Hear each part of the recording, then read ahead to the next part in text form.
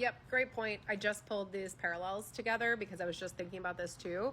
Yeah, look at the difference here in these scenes. Like, look at Belly with Jeremiah, spending 4 years with him. She's assuming his personality and his immaturity. Oh, we're just two little kids and he's some big grown up at Stanford.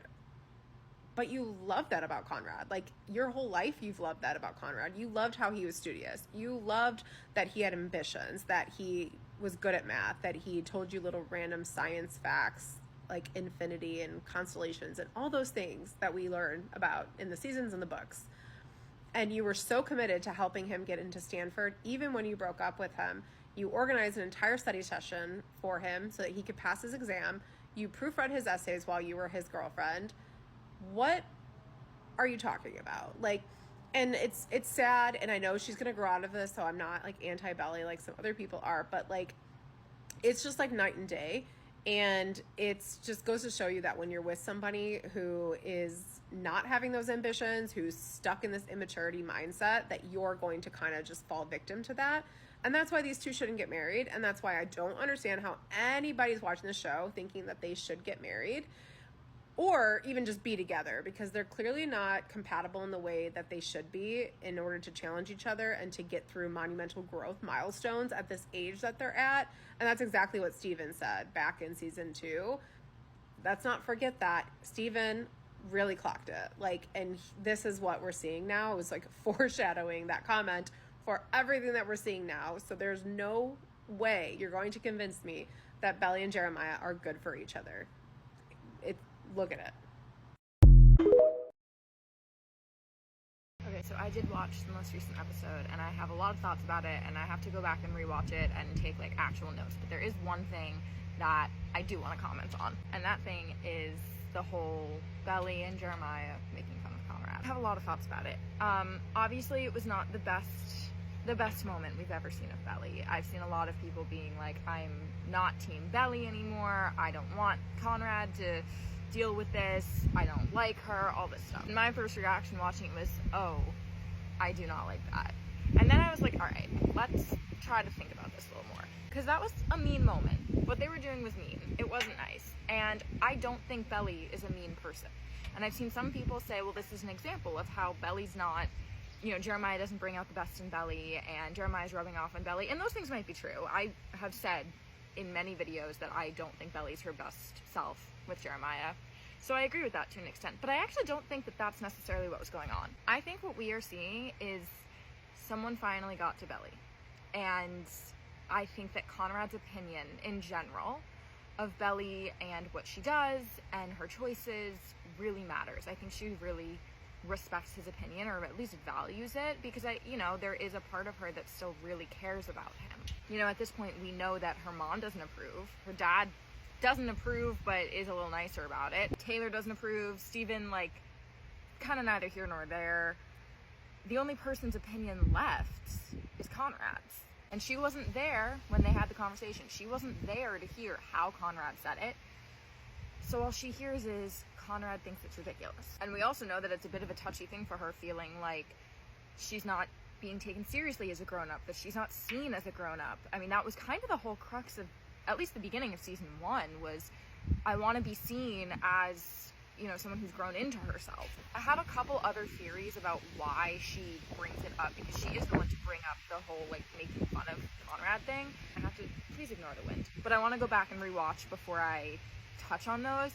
But just from the first initial watch, I don't think that it was just her being mean. I think it was, this is a way to downplay something that scares me. Everything in her life is spinning out of control. She just ran away from home, basically moving out, or at least that's sort of the implication. She is about to be a wife. She's, you know, about to do all of this stuff that kind of feels like it's escaping her. Like, all of this thing that started off as like, let's get married, we love each other, is now becoming a very big, almost line in the sand with a lot of people she really cares about. And I think when Conrad doesn't approve, it scares her. And what do we do when we are scared, when we feel threatened? We lash out. So I think one of the reasons that she very much makes fun of Conrad is she's downplaying what he's saying. She's making it seem smaller. She's trying to give herself power over it, I think it is something that got under her skin and scared her, or at least voiced what might be sort of the voice in the back of her head. It brought that out. It sort of validated, like, is what we're doing a little ridiculous? Again, was it her best moment? Absolutely not. I think it was pretty mean. But I also don't believe that Belly is a mean person at her core. I don't think she's a mean character. So it makes me wonder, okay, well, what would cause someone who's normally very thoughtful and very kind to lash out and be mean? It's when she's feeling insecure. It's when she's feeling threatened. It's when she's feeling scared. It's when she's feeling out of control. And that happens after Conrad makes that comment. So that's just one thought I have about it, and I haven't really seen too many takes like that about it, so just wanted to put it out there. Also, listen, I love this man. I love him. Flaws and all, which I don't think a lot of people could say, but whatever. But this scene is not him opening up with his feelings. I just saw a comment being like, you know, they beg Conrad to open up and to be honest, but when he is, they shut him down. This scene is not him being honest about his feelings. It's him saying, hey, look, our dad and Laurel are not agreeing on this, so, like, maybe that should say something, which is true, but also, we've established that their dad is a trigger point, and so coming into this conversation as, like, oh, maybe dad's right, is not going to work, first of all, just not going to work. Second of all, it's not him opening up and being honest, so I don't know why, I mean, I do know why. But people are using this as like, oh, poor baby Conrad, he's opening up, and then he gets shut down. And also him saying, if you think about it, it is kind of ridiculous. Listen, it is ridiculous, but you can't have your sibling say that to you and expect for you not to take that and be really fucking hurt by that, and then and try to shed off that hurt in any way that you can. I'm not justifying or saying it's okay that they later went on to mock Conrad or make fun of him at all, but I also think people are just looking for anything to, like, confirm what they already just are adamantly believing in terms of Jeremiah is just permanently a bad person, Belly permanently a bad person, and, like, Belly doesn't deserve Conrad. And it's also, that's the other thing, it's like, what do you mean by that? Like, what do you have to do to be deserving and worthy of love from another person? Especially if that other person has been dishonest with you about his feelings and inconsistent. Like, I don't think anybody deserves that kind of love. I think people deserve consistent, open love. But I'm also saying he needs, which he has been working on himself. So to prop him up as this person, like, oh yeah, he's so worthy of love and Belly is not, because any mistake she makes is like game over. She's not allowed to make mistakes and then be seen as like an overall person. She makes a mistake and she's automatically then seen as a terrible person. Whereas Conrad, maybe not so much in this season, but when he fucks up or when he does something not nice and wrong, it's like he's so complicated, or he was drunk, or he didn't mean to do that. Whereas, like, and then it's seen as the complexity within the overall complex picture of who he is. Whereas when it comes to Belly, one thing that you deem is immoral and wrong and no longer she's worthy of love, like, you're calling the shots in her morality, which is like fucking bonkers to me. And also it's just so unfortunate that, again, we're centering our view, a lot of people are centering their view of the show just through Conrad. And I don't think a fair picture of Conrad either. Because the other thing is, I see the comment, like, Conrad deserves to, like, find a nice girl back in California. As if you think he's not going to also have problems with communicating with that girl in California. Like, you think if you put him with a nice girl, or, like, somebody that's apparently worthy and deserving of love, that automatically things will just be better for him? Like, it's such a weird, like, rule-setting, morality-setting, like, decide, like, jury executioner who is deserving of love, and it's fucking gross.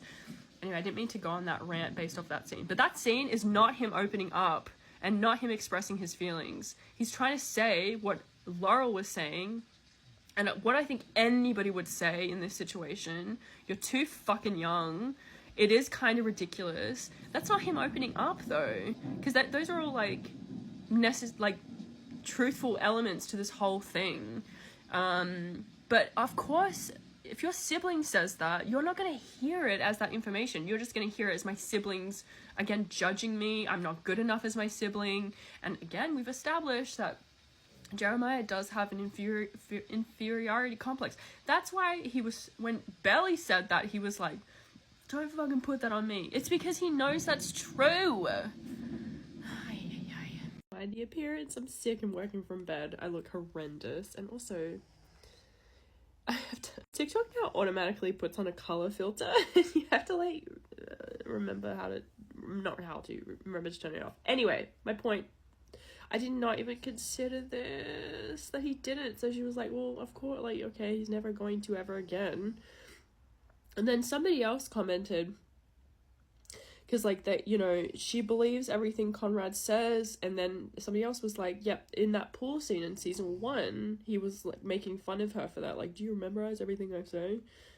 It's like, yes, man, my man, she does, which was also how we ended up in season 2, almost not glorifying him, no, not glorifying him, but just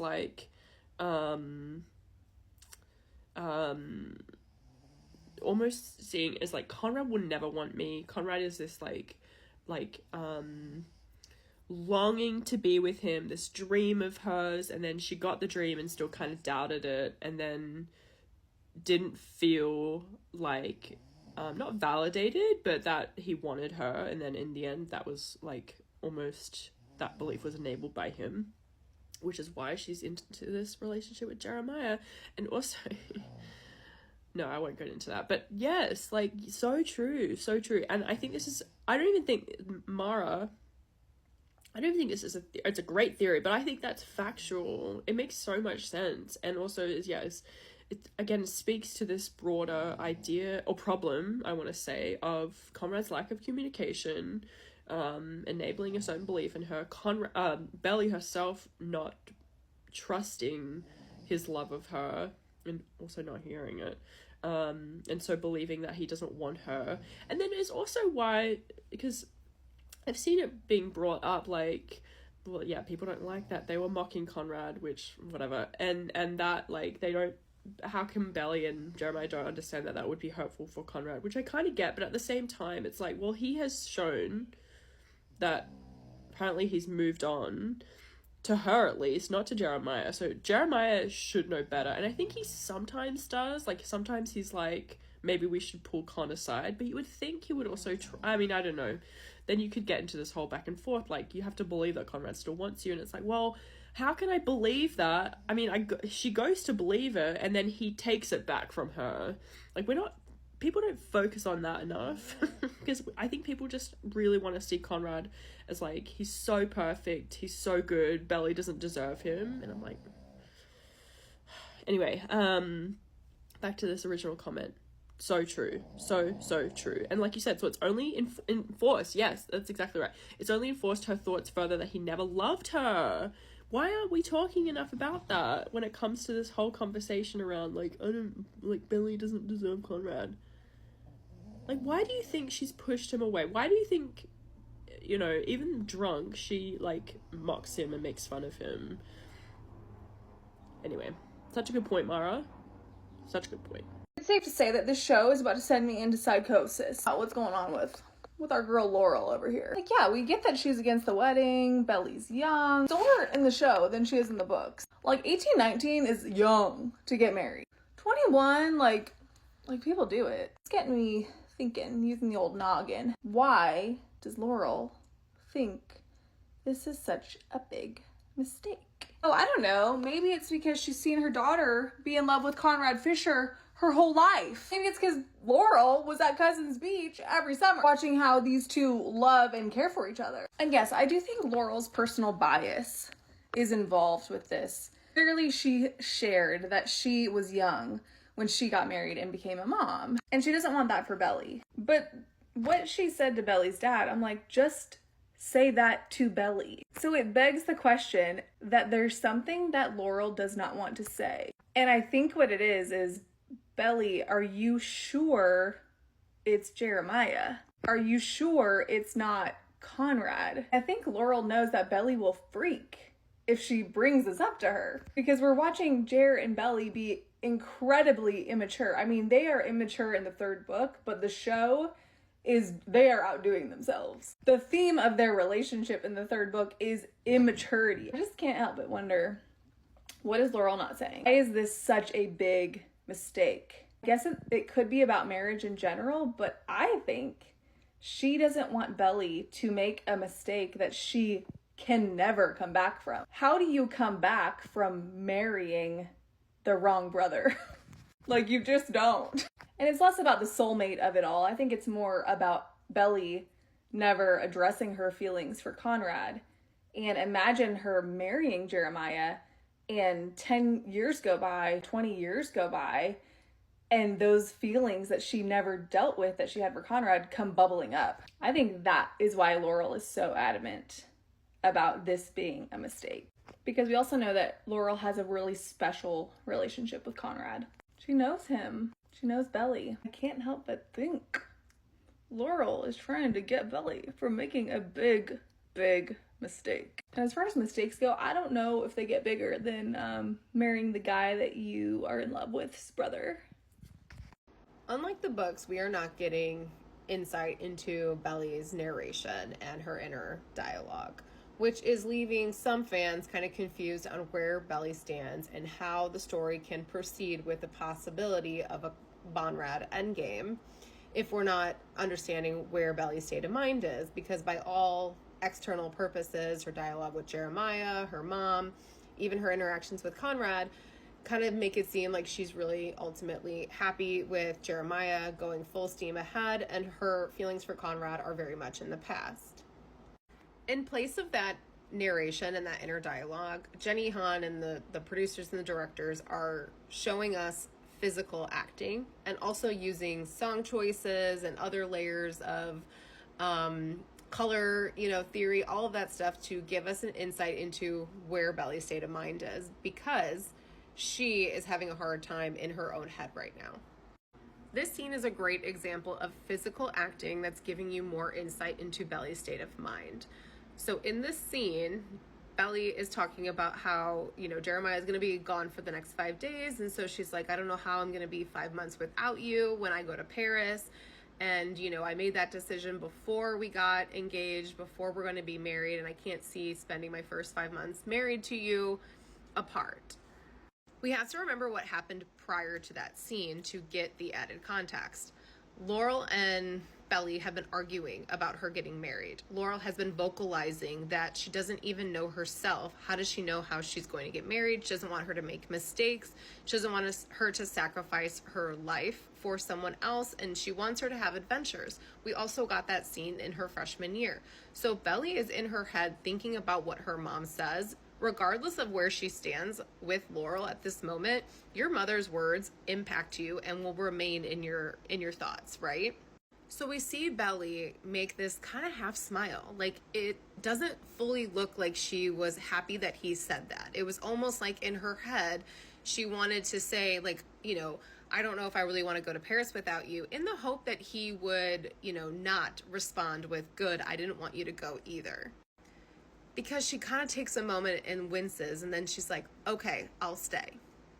Later, after Jeremiah leaves and Belly goes back inside the cousin's house, Belly starts crying after she's remembering her mom. She looks at the Deb ball dress. She remembers that her mom truly knew her and she felt seen by her mom.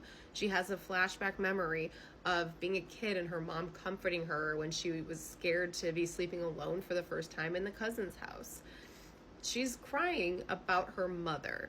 And I think part of it is she's crying because she's confused inside and she's debating whether or not her mom is probably right. And she feels like everyone is telling her all these things. And it doesn't mean that she doesn't love Jeremiah and that she's still a part of her doesn't, want to maybe marry him, but that she's way more conflicted than she's letting on. So guys, I'm sorry, I'm still shaking after that ending, but I wanted to make this video really quick. We could not be more back. We've always been back, but right now we're even more back. He baked for her, and He's like, happy belated birthday. Oh my God, my heart, I can't with them. Oh my God, he just loves her so much. I can't. And the fact that he baked and he made her dirt bombs, which is such a nod to last season, because Amazon Prime had these special like almost like mini clips that you could watch, and they all were baking with Jenny. Well, Chris and Lola's was dirt bombs, which is like almost like a cinnamon-y type muffin. And oh my gosh, him saying, I always remembered. She's like, you remembered my birthday? And he's like, I always remember. Oh my God, my heart, I can't. And he's staying. He was gonna pack up, and then he heard. Oh my God, I can't, you guys. I am going to make more videos in the morning when I have figured out all my thoughts and what exactly I want to say. But oh my God, that ending, the perfect setup for his POV. I knew it was not going to be this episode, but why did that ending, like, why was that ending better than basically besides Christmas and Cousins 2.0, that ending was better than like anything we've gotten. But oh my God, we are so back. Are those dirt bombs? Do you bake now? You know, only on special occasions. Happy belated birthday, Belly. You remembered? I always remember. Thank you. Of course.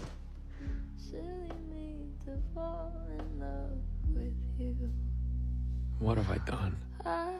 Okay, so I just finished watching episode 4. I think it was a decent episode. It kind of like crossed all of the paths that we needed to get in order for Belly to get to Cousins. We see Conrad there. It was a minimal episode with Conrad, but we got the setup for their summer at Cousins. And I'm honestly glad that this wasn't the Conrad POV episode. It makes sense that it will be the next episode. They kind of teed it up perfectly for him, and I like how they ended the episode with that moment of them. It was one nice moment that was like the one bright spot of the whole episode. Everything else was about everything else falling apart for all the characters, whether it be Belly and Jer, Laurel and Adam, I don't even know his name, her dad's name, Steven, and Taylor and her mom. And that one moment at the very end with Conrad, which sets up next week's episode with Conrad's POV.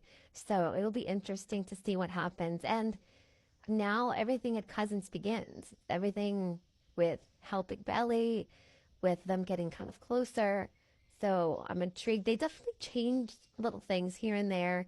They changed things from the books. They changed that moment with Jer and Conrad at the beach. And they obviously changed them not knowing that Conrad was there at the house. So there's been little changes here and there, I think, to keep things a little bit different or more that pertains better to the story overall. But I'm curious what are your thoughts on the latest episode. Conrad saying, "What have I done?" at the end of The Summer I Turned Pretty season 3 episode 4 is so loaded, because it's not just like, oh my gosh, what have I done? Like, I am staying here and I made her muffins for her birthday, like this, that, and the other thing. I think it's more like, what have I done? Like, how did I let it get so out of hand? How did I mess it up 4 years ago?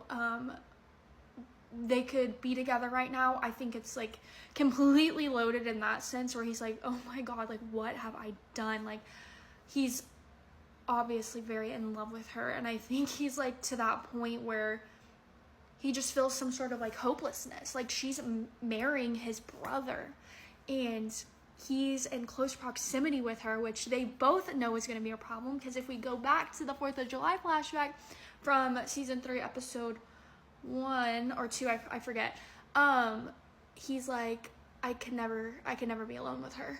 And then Belly says a similar thing at Christmas at Cousins, and she's like, I can't be alone with him. So I think the what have I done is not present tense. I think it's past, present, and future. Oh my god.